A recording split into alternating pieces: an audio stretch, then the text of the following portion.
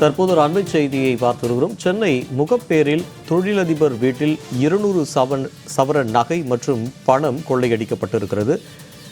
DIG வீட்டின் அருகே உள்ள தொழிலதிபர் வீட்டில் 200 சவரன் நகை மற்றும் பணம் கொள்ளையடிக்கப்பட்டிருப்பது பெரும் அதிர்ச்சியை ஏற்படுத்தி இருக்கிறது. காவல்துறை டிஐஜி வீட்டின் அருகேயே இந்த கொள்ளை சம்பவம் நடந்திருப்பதால் பெரும் அதிர்ச்சி ஏற்பட்டிருக்கிறது. கூடுதல் விவரங்களை செய்தியாளர் பார்த்திபன் வழங்க கேட்கலாம். வணக்கம் பார்த்திபன், இது குறித்தான விவரம்.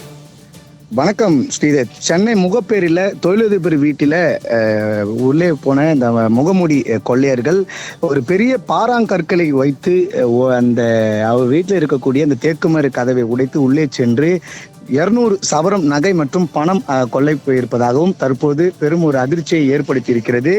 சென்னை முகப்பேர் நொழும்பூர் காவல் நிலைய எல்லைக்கு உட்பட்ட எஸ்பி கார்டன் பகுதியில் குடியிருப்பு பகுதி முழுவதுமே இங்கே ஒரு பரபரப்பு தற்போது ஏற்பட்டிருக்கிறது. காரணம் என்னவென்றால், இந்த தொழிலதிபர் வீட்டில் இந்த கொள்ளை சம்பவம் அரங்கேறிப்பதும், தொழிலதிபர் வீட்டின் அருகாமையே டிஐஜி தற்போது பணியில் இருக்கக்கூடிய டிஐஜி அவர்களுடைய வீடு இருப்பதும், இங்கே போலீசார் பாதுகாப்பு பணியில் இருந்தும் எப்படி இது போன்ற ஒரு சம்பவம் நடந்திருப்பது ஒரு பொதுமக்கள் மத்தியில் பெரும் ஒரு கேள்வியும் ஒரு அச்சத்தையும் ஏற்படுத்தி இருக்கிறது.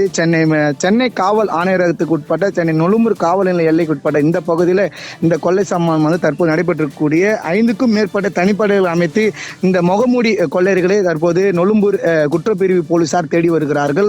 இப்படி இருக்கக்கூடிய இந்த நிலையில இந்த சம்பவத்தில் ஈடுபட்ட நபர்கள் இவர் நம்ம திரையிலே காண முடியும். அந்த பாறாங்கற்களை வைத்து எப்படி கீழே இருந்து உள்ளே எடுத்து சென்றார்கள்.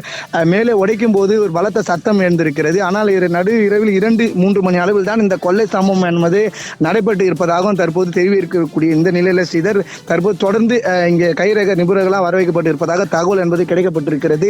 இப்படி இருக்கக்கூடிய இந்த நிலையில இந்த கொள்ளை சம்பவத்தில் 200 சவரம் தான் கொள்ளை போனதா அல்லது இதற்கு பணம் கொள்ளை போனதாக சொல்லப்படுகிறது. அதற்கு மேலாக எதனா கொள்ளை போன இருக்கிறதா என்ற பல்வேறு சந்தேகங்கள் ஏற்பட்ட நிலையில தொடர்ந்து விசாரணை செய்து வைக்கிறார்கள். இந்த தொழிலதிபர் சீனிவாசன் என்பவர் வீட்டில் தான் இந்த கொள்ளை சம்பவமானது தற்போது நடைபெற்று வருகிறது என்பது குறிப்பிடத்தக்கது. ஸ்ரீதர், விரிவான தகவலுக்கு நன்றி பார்த்திபன்.